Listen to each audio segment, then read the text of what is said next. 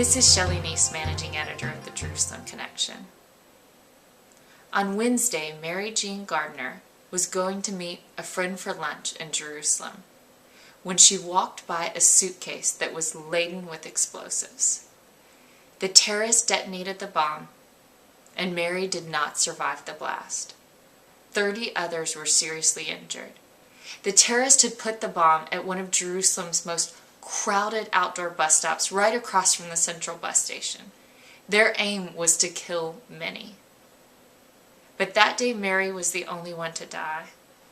And while Israel tries to figure out how it's going to respond to last week's provocations, I just want to take a time out to recognize and honor the life of this woman, Mary.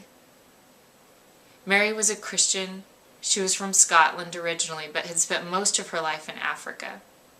And for the 10 previous years, she had lived with the Togo tribe in West Africa, where she had worked to translate the entire New Testament into the Togo tribal tongue. She was living in Jerusalem studying at the Hebrew University to perfect her biblical Hebrew so that she could now translate the Old Testament for the Togo tribe.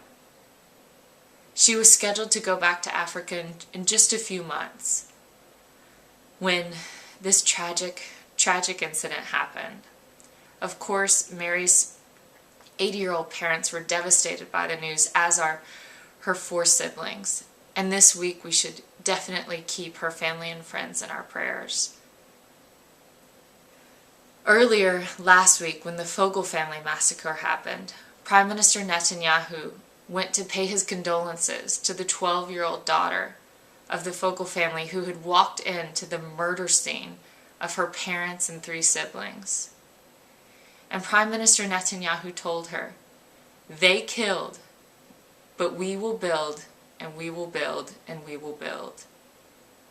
I pray that that's true, and that Israel will have the moral courage to build, and that the nation of Israel will have the same fortitude as its most recent victims. Shavua Tov.